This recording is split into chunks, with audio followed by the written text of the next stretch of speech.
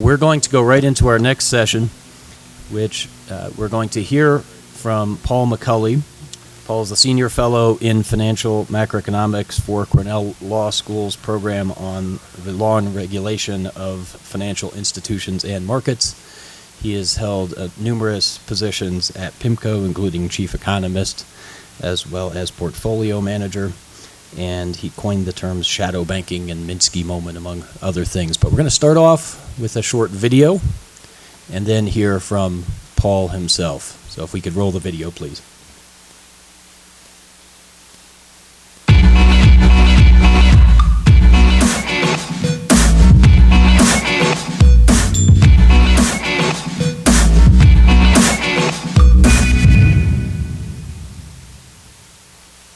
I was in New York City recently, the first time since Trump's victory.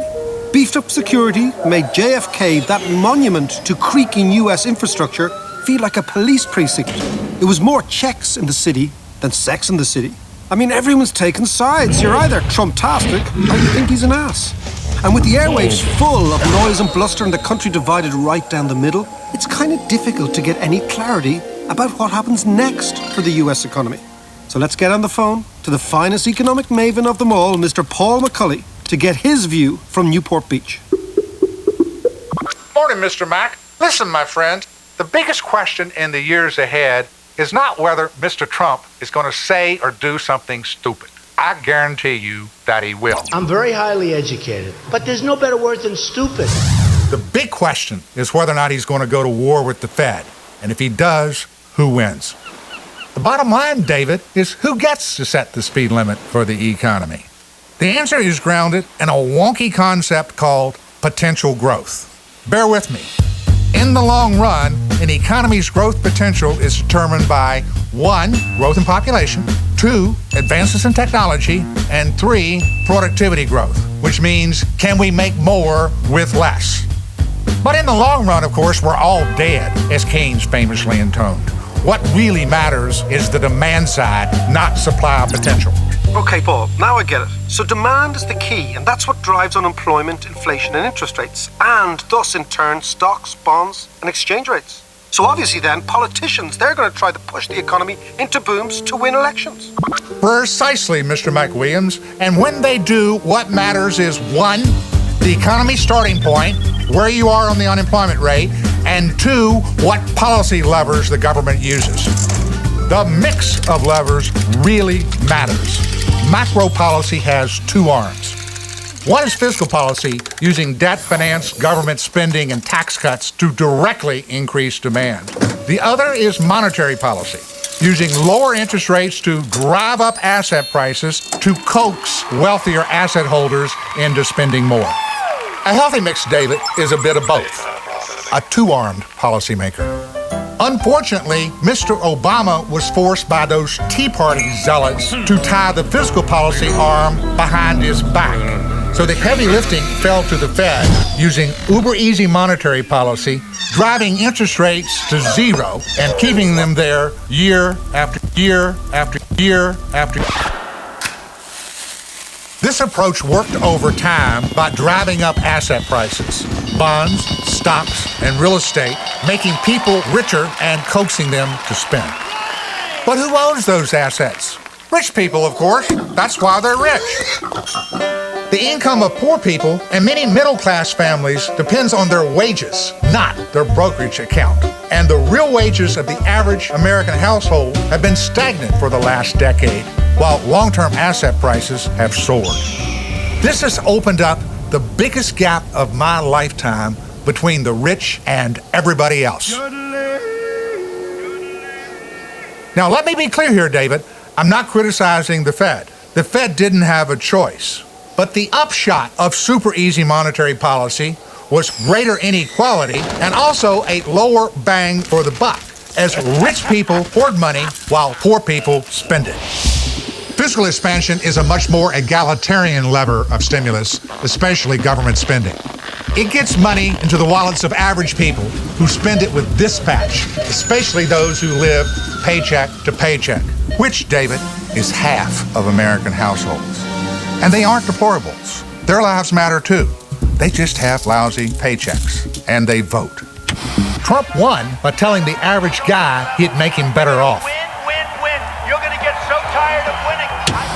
Accordingly, Trump has to get the economy growing faster, or he's going to be orange-colored toast. Trump wants 3 or 4% growth, too, in his own words. We'll make America great again. Thank you. And the only way to get there is with bigger fiscal deficits. And that's exactly what stocks, bonds, and the U.S. dollar have been betting in recent months. Yeah, Paul, I get this, but won't the Fed try to stop him? I mean, by raising rates in March, hasn't the Fed signaled that it thinks the economy is now near full employment? And isn't the Fed concerned that unemployment falling a lot further would set off a wage price inflationary spiral? Yet what you are saying is that Trump needs growth now to deliver for his people. So what gives? This is a battle, David, between democracy and technocracy. A battle between the mandate the president was given by the people and the technocracy, the unelected Fed officials who want to set limits to growth. It's the people versus the elite, as Steve Bannon might say. So who wins? The reason, David, that the Fed has posted a 2% speed limit is because the unemployment rate has already fallen from 10% to below 5%. Any further fall for the unemployment rate, in the Fed's view, would run unacceptable risk of inflationary wage gain. If the president wants to step on the fiscal policy gas to get growth to 3-4%, the more likely it will be that the Fed will want to tap the monetary brake to pull growth back towards 2. So we're in a game of chicken between the White House and the Fed. Who wins will be the primary determinant of what happens in the next 2 to 4 years. The last 2 times we've had such a game of chicken, the Fed won. Paul Volcker trumped Reagan in 1981, and Alan Greenspan bullied Clinton in 1993. The Fed has been top dog, calling all the shots. The issue now is whether or not the Fed will remain the boss under this administration. The populist revolt of the last year changes everything. Remember, David, Republicans always spend money that they don't have when in power, regardless of what they say when they're in opposition. So this game of chicken could get very interesting. If Trump and Congress enact that fiscal stimulus with the horsepower to try to get 3 to 4% growth, the Fed might just have to underwrite it, letting unemployment drop to 3%. And graybeards like me, David, remember a time before Paul Volcker when Dick Nixon bullied the Fed into creating a 1972 boom. I burned everything I got. Bottom line, David, this means that there's a decent chance, far higher than Wall Street currently thinks, of a slow climb for inflation to 3% by the time that Trump stands for re-election. And maybe, just maybe, David, that wouldn't be a bad thing for both Main Street and democracy itself. And if that turns out to be the case, current lofty Wall Street valuations, grounded in the presumption of 2% forever inflation, have a nasty rendezvous with a new reality. This, my friend, is what populism looks like. Well, Paul, what you're saying is it's time to hold on to your seats.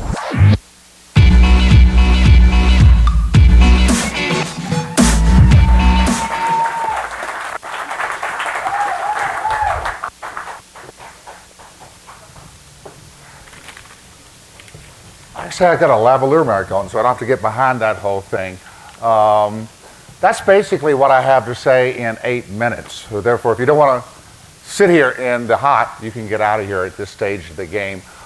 Very seriously, this is the new I'm working on with a dear friend of mine for a quarter century, David McWilliams, out of Ireland. And we're trying to come up with a new technique to explain complicated concepts in a very short format with some degree of humor, trying to simplify economics. In fact, we have the next one almost done. In fact, it's done as we're just doing some editing on the whole thing. And it's on the subject that Dennis had mentioned, which is there a need for a fundamental rethink of inflation dynamics? So David and I are aiming to make about a half a dozen a year of these on a topic that is front and center. That's a very noisy subject, and trying to reduce it to understanding at a broader sort of audience. So it's kind of fun, and I like to actually use it, so I wanted to do it today. I'm now teaching at Cornell. I'm really enjoying the teaching process. So I'm actually adopting more of a teaching format in my communications outside the classroom. And today I want to review very quickly what I've gone over the last 2 years here, and then move into a conclusion and leave plenty of time for Q&A.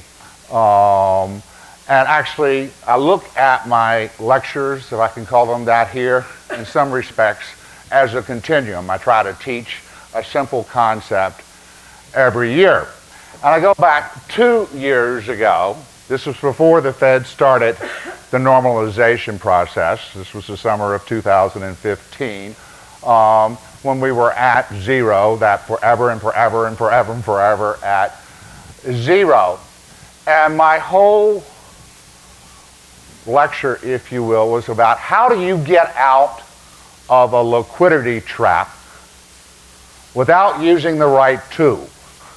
Everything that we learned back in university when we were students is that if you get into a liquidity trap, defined as a bust driven by an overhang of debt in the private sector, and the Fed goes to zero and nothing much happens, that's called a liquidity trap. It's also called the private sector checking into the Betty Ford Center for balance sheet rehabilitation. There were a lot of check-ins in 2008 and 2009, and probably a few in this area from the standpoint of de-levering. When your system is de-levering, your private sector is de-levering, the price of credit doesn't matter all that much, because the private sector wants to reduce debt relative to asset values. So lowering interest rates doesn't have a profound positive effect on aggregate demand, because the private sector is de-levering. Now, the textbook would say if the private sector is de-levering, then the government sector should lever up. In that conversation, you would actually have to use the word Keynes, which in a lot of arenas is a four-letter word that is a profanity. But the practical matter is the way you get out, should get out, and I will use the normative word should get out of a liquidity trap, is you go to zero. There's nothing wrong with that. But you have an explosive increase in fiscal stimulus. You lever up the government sector as the private sector is levering down so as to maintain aggregate demand. That was the right answer 35 years ago when I was in graduate school, and is still the right answer. But as we noted in the video, the Tea Party came along in 2010. I think there was a European version of the Tea Party as well, which was the notion that if the private sector has a debt overhang problem and is de-levering, the right policy response is fiscal austerity. It made absolutely zero sense. But the political process actually gave us that outcome, which made central banks here and everywhere the proverbial only game in town. And the conclusion, the takeaway from my lecture 2 years ago, was that a central bank, a determined central bank, actually can get you out of a liquidity trap, notwithstanding the fact that the private sector wants to de-lever by driving up asset prices. That a debt problem is never in isolation. A debt problem is relative to asset values. Theoretically, you can reduce the value of debt, or you can drive up the value of assets. And my conclusion was that you can get out of a private sector debt problem, also called a Minsky problem if you want, by endogenously, to use one of those long, wonky words, endogenously de-levering the system by simply driving up asset prices.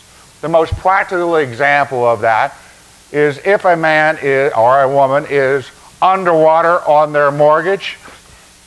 There are a couple ways to deal with that. The bank can write down the value of the mortgage, or you can just leave the mortgage right where it is and drive up the value of the house. Arithmetically, either one would work. Driving up the value of the house is a lot less painful than de-levering on the other side of the balance sheet.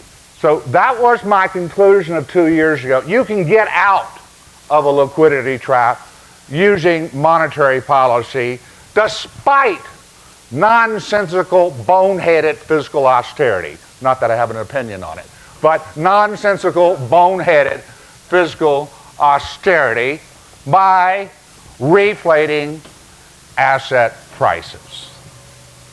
And that's essentially exactly what the Fed did.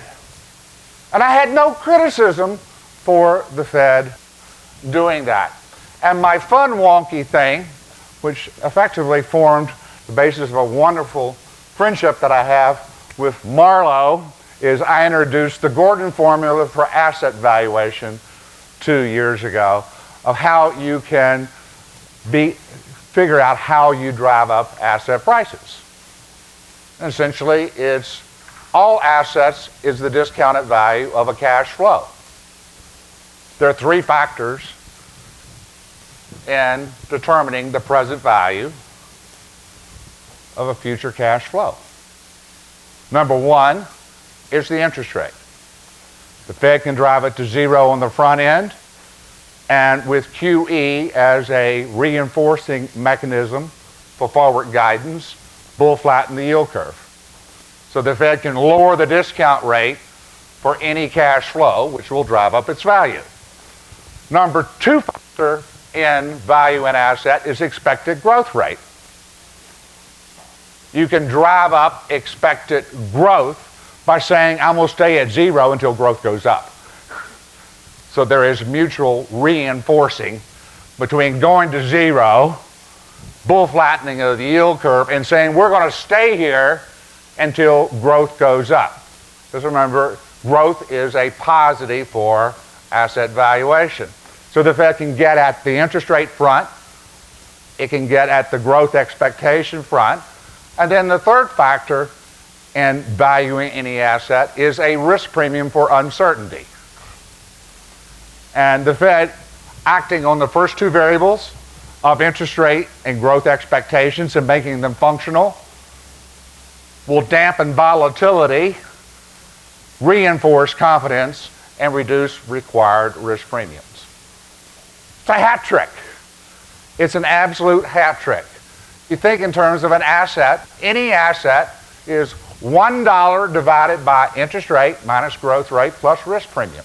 Lower I, drive up G, reduce risk premium. It's a hat trick, and asset prices go up. You can do it. It worked. But there is collateral damage. There is collateral damage, which was the theme of my lecture last year, which was all about democracy versus capitalism. We're all about civics last year, and put the lecture the prior year in context, is if you get out of a liquidity trap the wrong way, and I say wrong in quotation marks because there's no wrong way to get out of a liquidity trap. A liquidity trap is another phrase for a depression. Getting out of a depression by hook or crook is better than not getting out of one. But from the standpoint of the integrity of democracy, it really does matter. Because getting out of a liquidity trap by driving up asset prices is going to lead to increasing wealth and income inequality. That great divide that we had in the video. And it's not a matter of blaming the Fed. I stress, I'm not blaming the Fed for doing that. It's a matter of arithmetic. It's a tautology. If you try to do that to get out of a liquidity trap, you're going to drive up the value of assets, and assets are not owned by poor people. Assets are owned by rich people. So you end up getting out of a liquidity trap. Asset prices have soared. Rich people are smiling happy. Poor people don't own assets, and their wages look like a dead man's electrocardiograph going sideways. That is a prescription for a political revolution for a very simple reason. While in the real world, the economic world, the world of capitalism, we're not all created equal. But in a theoretical world, which is not the real world, but it's close to it, a theoretical world of democracy, you have the doctrine of one person, one vote. Democracy is inherently a socialist system. It's the ultimate socialist system. One person, one vote. When you go into the booth and pull the curtain, Chris's vote and the man who shines his shoes at the airport, you've gotten a shoe shine at the airport, right? He confesses he's done so, are worth exactly the same. Now, in the election, which was after we were here last year, you had two extremes potentially for the political revolution. Poor people were not happy. They were not happy. They shouldn't be happy. They've been living under fiscal austerity. Even though unemployment came down, wages went nowhere. The game wasn't working for them, and it worked for the 1%. It worked for the top 10%. It had worked for the top 20%. But we had driven that income, and particularly wealth inequality, to the point that we were ripe for a collision between the marriage of capitalism and democracy. The two ends of the distribution. One end, you had a guy who actually called himself a socialist. Excuse me, he called himself a democratic socialist. Actually, I pay attention to both words, democratic socialist, and for the Europeans with us, that's not an oxymoron. In fact, you actually have parties in Europe named Democratic Socialist. Here in America, you hear the word socialist, really bad vibes. Bernie Sanders was at one end of the political revolution. And his central thesis was, we need to rejigger the government sector to actually work for the average American, including a very robust social safety net. Whether it was health care or education, he was a socialist. We have socialized public education up to grade 12. If you're a citizen, you can send your kids to the public school. That's called socialized education. He was proposing, well, let's extend it 4 more years to college. He also looked around the world and saw single-payer health care schemes and mechanisms and said, they seem to work reasonably well. That access to health care is a fundamental right of being a citizen. So he was very liberal. And he had a revolution at his end of the spectrum, which actually, and this is hugely important, appealed greatly to the millennials. My son is 28 years old. Bernie's message resonated very loudly with my son's generation. That was one end of the spectrum. The other end of the spectrum was Mr. Trump. I wish I could articulate in an articulate fashion Mr. Trump's philosophy. It's a 3-wood over a leg too far. I just can't hit it that far. We're going to make America great again. His fundamental message, ironically, however, was quite similar to Bernie Sanders, which is, do you feel screwed by the system? That was his fundamental message. And it wasn't an illogical question to ask, because remember, we spent 8 years getting out of a liquidity trap by making the rich richer, by driving up asset prices while living under a regime of not fiscal stimulus, not Keynesianism, but austerity. Europe had it in spades. So you had Bernie at one end of the spectrum, and then you had Trump at the other. And what tied them together was simply, are you angry? Are you angry? Bernie got crowded out by Hillary because the Democratic Party decided not to have a primary, but a coronation. A coronation of someone who totally represented the status quo and the elite. I held my nose and pulled the lever for because I am a little d and a big D Democrat. A very failed candidate for an angry populace. A very failed candidate. He was popular, but he couldn't win the primary. So the election turned out to be someone who was the poster child for the status quo and the elite versus an angry country in swing states. An angry country in swing states.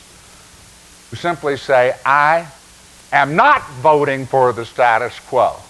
I don't know what this dude's going to do, but I know what she's going to do, which is more of the same, and more of the same ain't worked for me.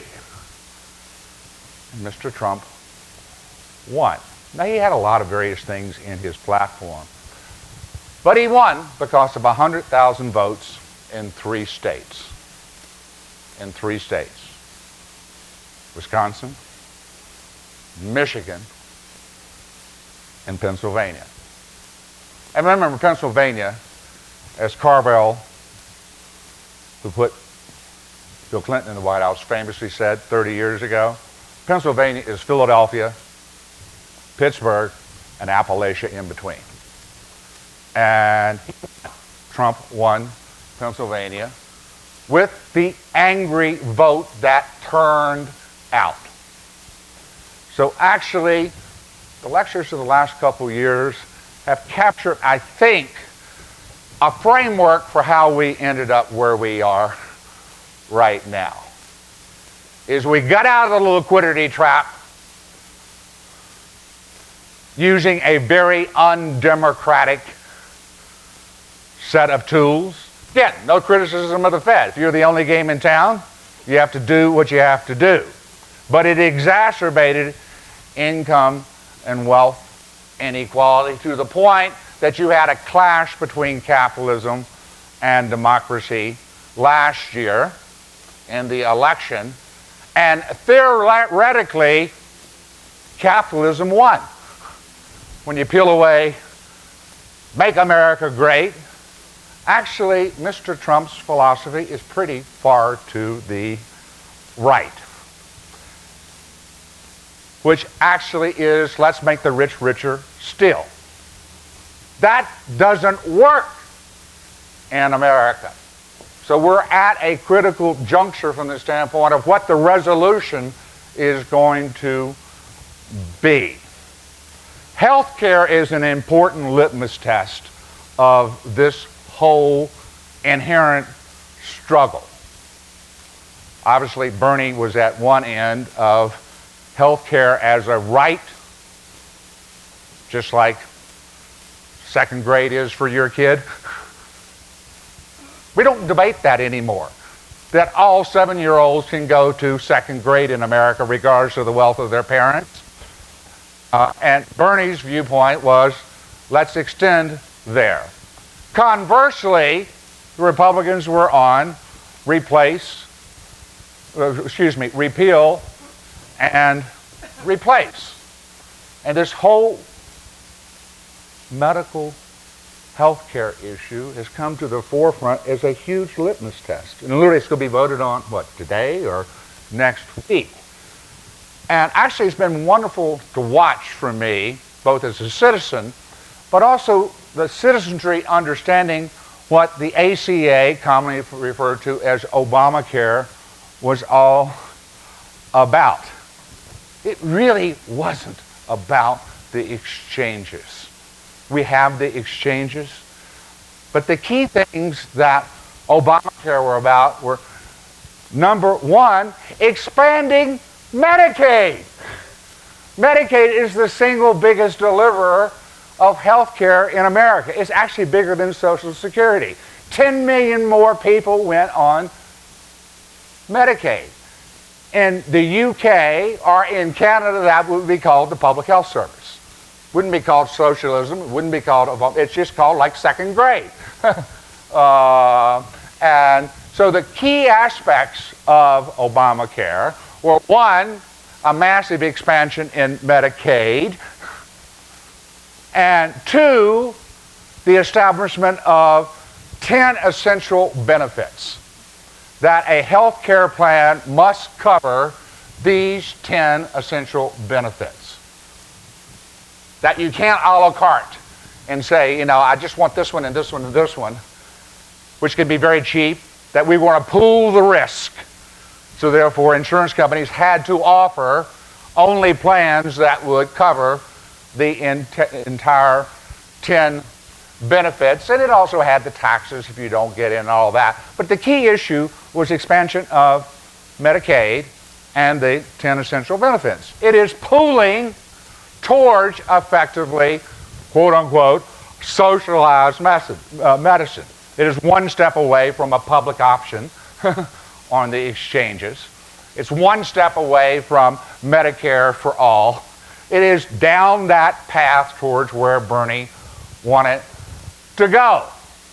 And what the Republicans are now finding out is America kind of likes it.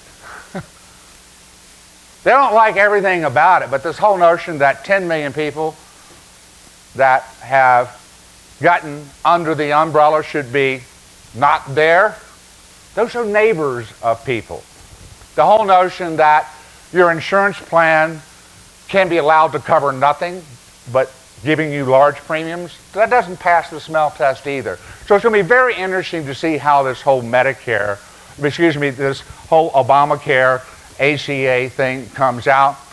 My forecast on that, and I will make a forecast, is that we will never repeal the ACA. We may notionally call it something else, but the ACA was to America as the Civil Rights Act of 1964 was. And we've been amending and fine-tuning the Civil Rights Act ever since 1964.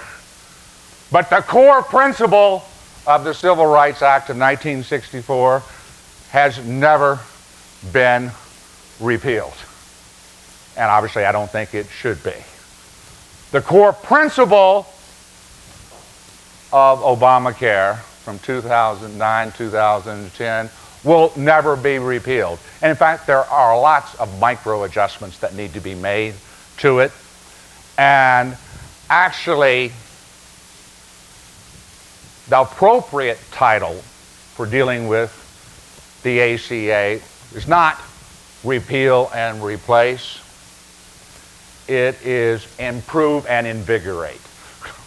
If I were running, as my friend here is running, improve and invigorate. That has a nice sound to it. Improve and invigorate. Because there are some really bad incentives in the health care. So that is one conclusion I want to leave with you. My dad, who's a Baptist minister, said never conclude a sermon with more than 3 points, so I just gave you one. It's the core concept of Obamacare, which is Bernie Sanders light, that access to health care is like access to the second grade. We are a sufficiently rich country, a sufficiently kind country, that the second grader can also go to the doctor. That simple of a proposition, that core concept, regardless of color, 1964. You can tie it all together. That's my first conclusion. Second, actually, follows on from my forecast of last year at the closing and the tape that I ran before, is I think the doctrine of central bank independence, which Dennis articulated beautifully. I've known Dennis for a long time, and right up here on the admiration scale, articulated it beautifully. I think the Fed has too much independence. And that's not a criticism of the Fed. It's a criticism of our structure, our division of labor in our country. And the key reason, going back historically, for central bank independence or monetary policy independence is you don't want to trust Congress with the printing press, because surely, given access to a printing press, they will pursue inflationary fiscal policy to produce booms. So essentially, central bank or monetary policy independence is a prophylactic against the fat tail of inflation. The fat tail of inflation. Zimbabwe, that's what I always hear about. You know, we got to have central bank independence or we're going to become Zimbabwe. Well, America is actually the global reserve currency. You know, we're not Zimbabwe. And also, the Fed has missed its inflation target for 5 years in a row on the downside. So the notion that we need to have religious central bank independence as a prophylactic against runaway inflation is a really hard argument to make. The Fed has thrown everything but the kitchen sink at it and still hasn't been able to get up 2% inflation and get an wage inflationary spiral going. It's able to make rich people richer. And that worked but had a blowback on the democratic process. In the years ahead, I think the separation between the two, monetary and fiscal policy, is going to become less, not more. And I think the next Fed chairperson is hugely important. And here I'm speaking as a citizen, not as a bond investor of other people's money. So I don't have an axe to grind as a PIMCO partner anymore. And I don't have an axe to grind for rich people anymore. Dirty little secret, most of PIMCO's clients are rich.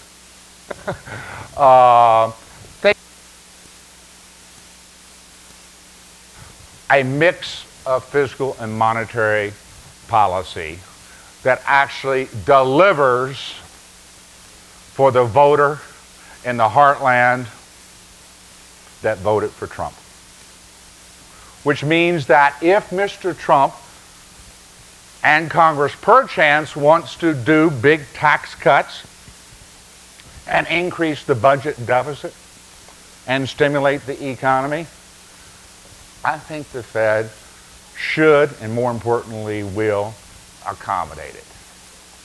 2% inflation target is not a ceiling. Is not a ceiling.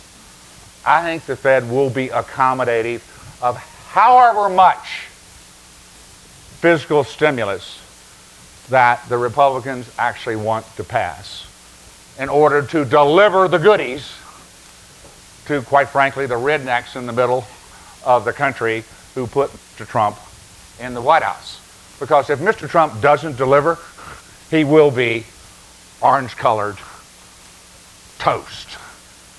I really do believe that will be the outcome. So my conclusion today is pray the Fed's right, that finally we are going to get to a portion of the Phillips curve, that trade-off between unemployment and wages, where actually the average Joe can get a raise. And it may be we have to go to 3% on unemployment to get there. We need to go so low on unemployment that employers hold their nose and hire the dude that they never would have hired before. But before that, they give the last guy in a raise. The best social policy conceivable is an incredibly tight labor market that delivers wage increases. The Fed can't deliver wage increases. Only a super tight labor market can do it. And I think that's where we should go. And also, I think that's where we are going to go, with a concluding caveat, which is I'm not sure that the White House gets it, that they need to get on with a big fiscal stimulus package. Call it infrastructure, if you will.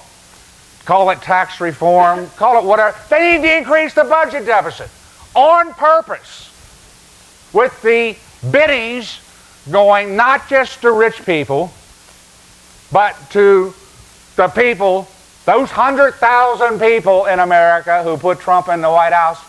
The only way you can get to them is with a bigger deficit with money for them. And by the way, don't take away their Medicaid.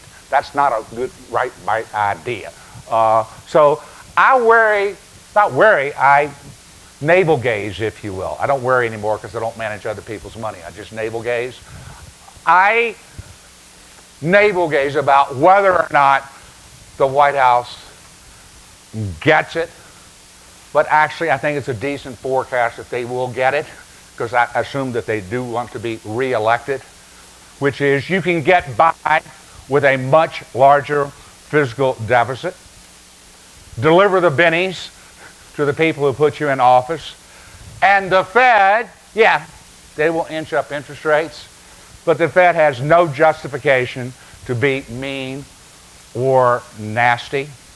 So we're sitting here in the 9th year of an economic expansion, And as was brought up yesterday, I think it is not unreasonable to expect a acceleration, because you'll be getting early expansion type of policies late in an expansion with really low inflation. So there's no reason for the Fed to be mean and nasty. That's your positive scenario.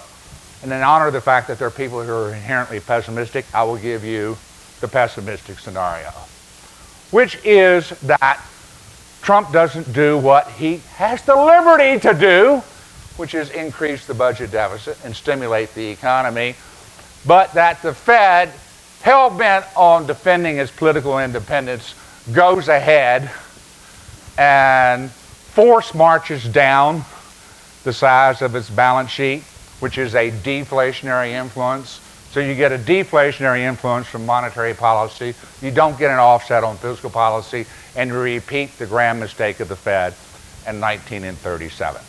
I'm an inherent optimism on Main Street because I think we have the raw material and the flexibility of policy to deliver for Main Street. So I'm actually reasonably optimistic. For Wall Street, you've had 8 years of fun. 8 years of fun from a policy mix that was very undemocratic. That will not endure forever. So if you have huge unrealized capital gains and are trying to squeeze the last nickel out of it, quit being greedy and be on the offer side, not the buy side of the market. Thank you very much.